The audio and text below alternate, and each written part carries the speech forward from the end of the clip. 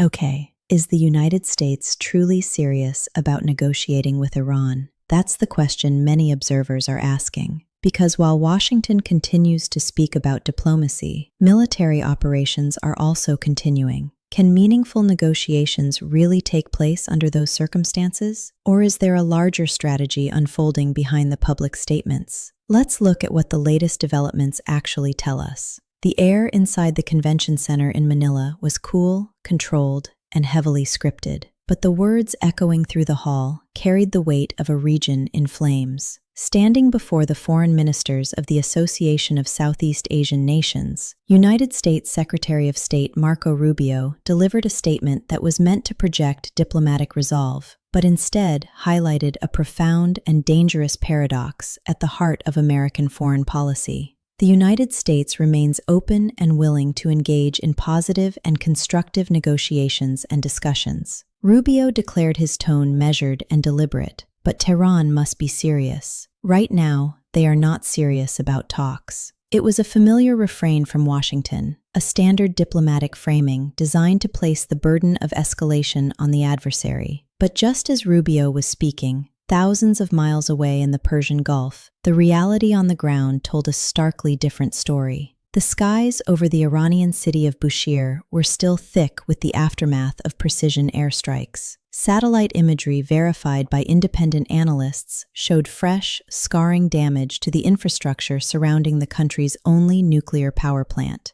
In the Red Sea, Houthi naval drones were actively shadowing commercial vessels, enforcing a de facto blockade that threatened to choke off the lifeblood of the global economy. This juxtaposition between the polished language of diplomacy in Manila and the kinetic reality of military escalation in the Middle East raises the central, unavoidable question of our time. How can diplomacy succeed if military pressure continues? At the same time, can a nation be expected to come to the negotiating table in good faith while its critical infrastructure is being systematically dismantled? Or is the military pressure, as Washington argues, the only language that will eventually force a reluctant adversary to the table? To answer this, we must look beyond the headlines and dissect the intricate, often contradictory machinery of modern geopolitical statecraft, where every diplomatic handshake is shadowed by the launch of a missile. The setting of Rubio's remarks, one must first understand why the U.S. Secretary of State was in the Philippines. Manila is not merely a backdrop for a multilateral summit. It is the front line of America's broader strategic pivot to the Indo-Pacific. The AACN meeting in the Philippine capital was convened at a time of heightened anxiety in the South China Sea, with Beijing's Coast Guard and maritime militia increasingly aggressive in their encounters with Philippine vessels. Rubio's presence was a deliberate signal of Washington's commitment to its treaty allies in the region. However, the ongoing war in the Middle East casts a long, complicating shadow over this Indo-Pacific strategy. The United States cannot project unmitigated power in Asia, while its military and diplomatic bandwidth is heavily consumed by the Persian Gulf. Rubio's message to ASEAN was clear. America is still here. America is still engaged. But the resources required to maintain this global posture are being stretched to their limits by the conflict with Iran.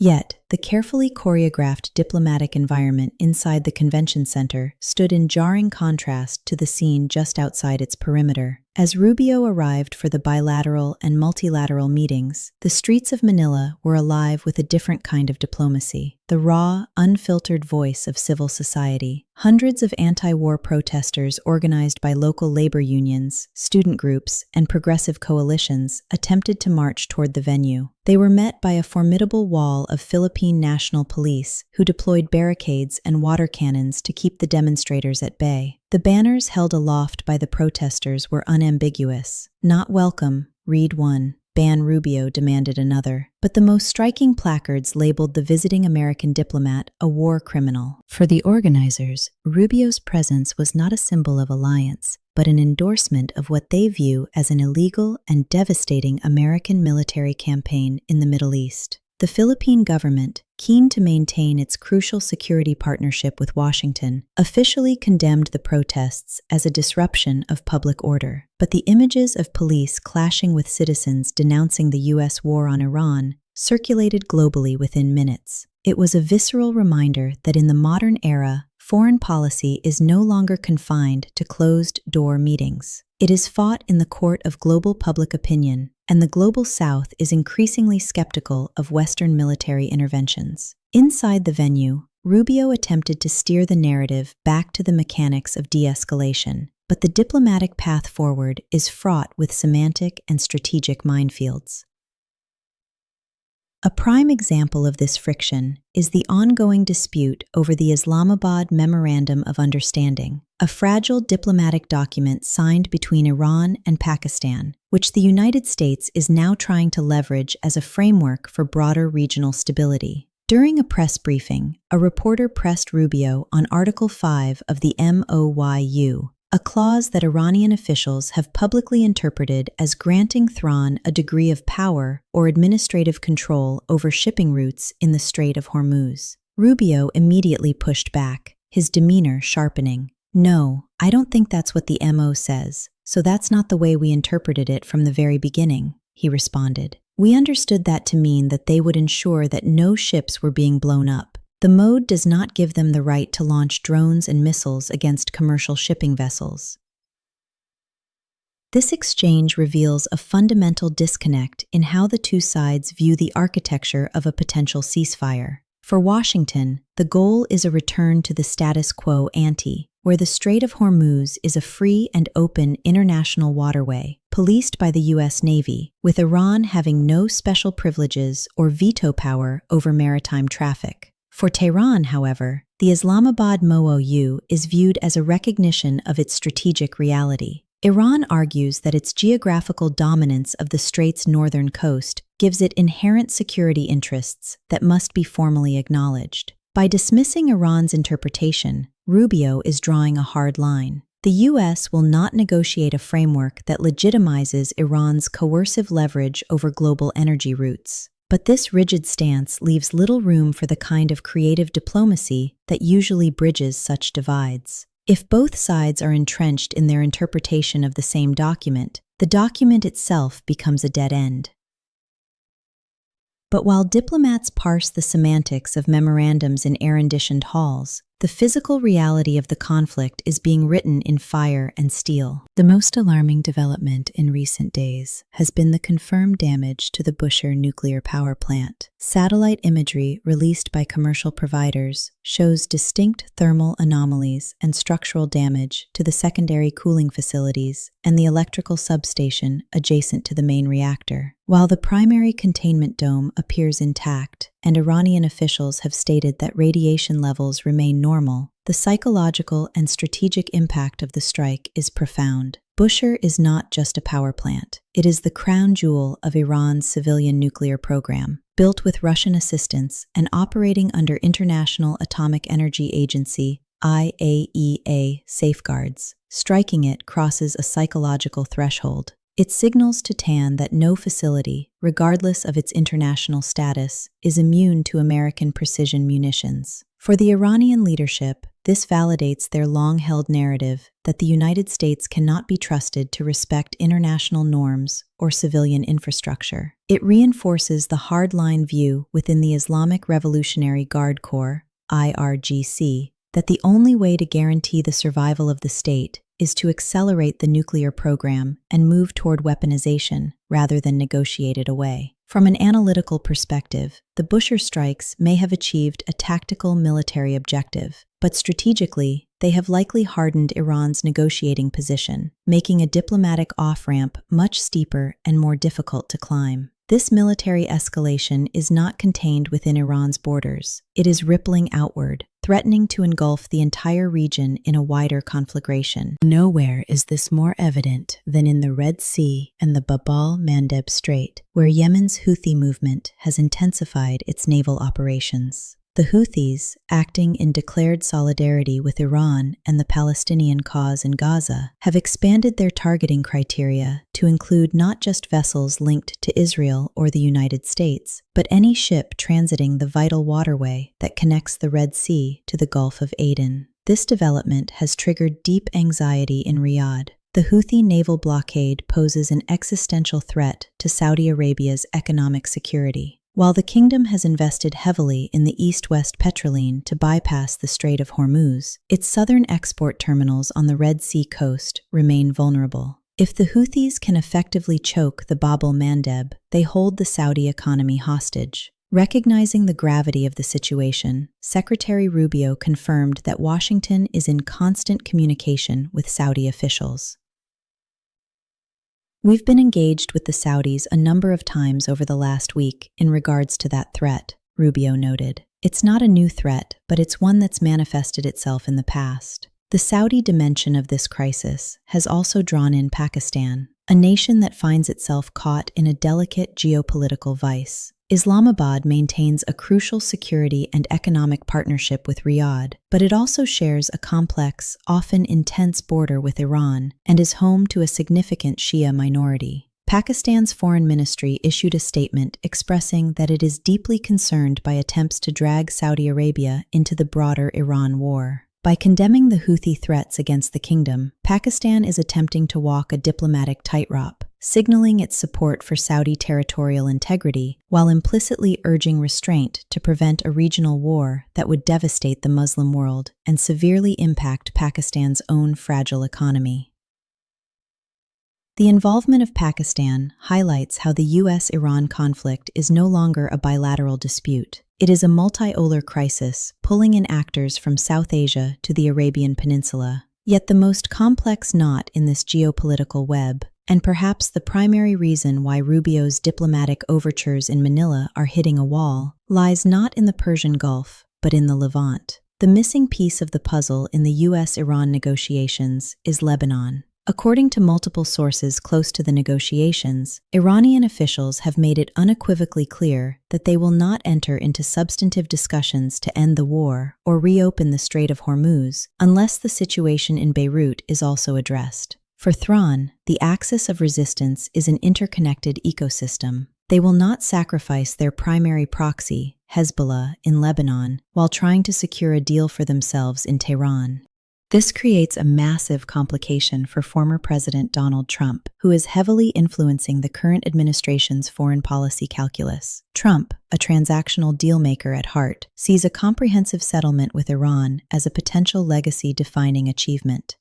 He believes that securing a deal in Lebanon is the key to unlocking the broader settlement with Tehran. However, his vision is constantly frustrated by the strategic imperatives of Israeli Prime Minister Benjamin Netanyahu. For Netanyahu, the war in southern Lebanon is not a bargaining chip to be traded for a nuclear deal. It is an existential security imperative to permanently degrade Hezbollah's military capabilities and ensure that northern Israel is safe. Time and again, just as back-channel communication suggests that Washington and Tehran are inching closer to a framework, Israeli forces launch a new intensive operation in southern Lebanon. These actions, viewed by Washington as necessary for Israel's defense, are viewed by Tehran as proof of bad faith. Trump has reportedly expressed frustration with Netanyahu on several occasions, urging the Israeli Prime Minister to see the big picture and restrain military operations that derailed the broader diplomatic track. But the friction between Washington's desire for a grand regional deal and Jerusalem's focus on immediate, localized security objectives remains a fundamental roadblock. Until the U.S. can align its diplomatic timeline with Israel's military timeline, the Lebanon trap will continue to snare any attempt at a U.S.-Iran breakthrough.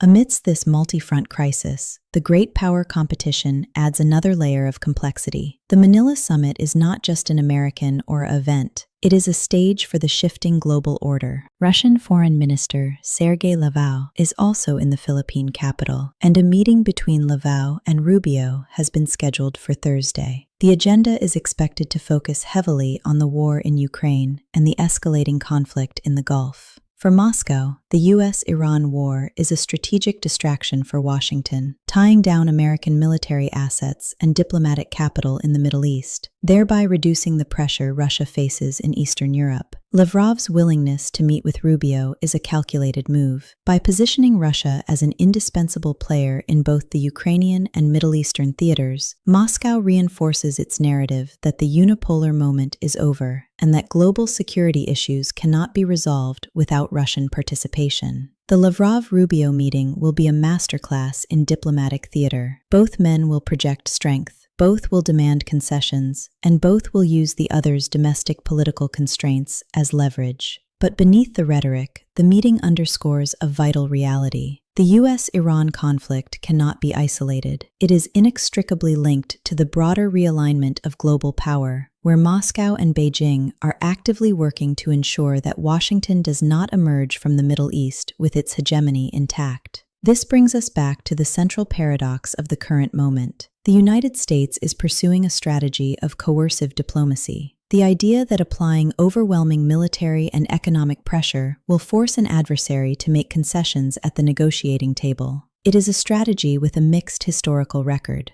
It worked to some extent in bringing Libya to the table in the early 2000s, but it failed spectacularly in Iraq in 2003 and has yielded little success in North Korea. The fundamental flaw in applying coercive diplomacy to Iran is the nature of the Iranian regime. The Islamic Republic was born out of a revolution against overwhelming external pressure. Its foundational ideology is built on resistance, on standing up to the great Satan. When the US increases military pressure, it does not weaken the regime's ideological resolve. It validates its core narrative. The strikes on Bushehr, the naval blockades, the economic sanctions, these are absorbed by the Iranian state not as reasons to capitulate, but as proof that the US cannot be trusted, and that compromise is a sign of weakness. Furthermore, the military pressure is not without severe cost for the United States and its allies. The financial burden of the war, estimated to be in the tens of billions of dollars, is straining the Pentagon's budget and complicating domestic fiscal priorities. The disruption to global shipping in the Red Sea and the Persian Gulf is driving up energy prices, fueling inflation, and alienating allies in Europe and Asia who rely on the free flow of Middle Eastern oil.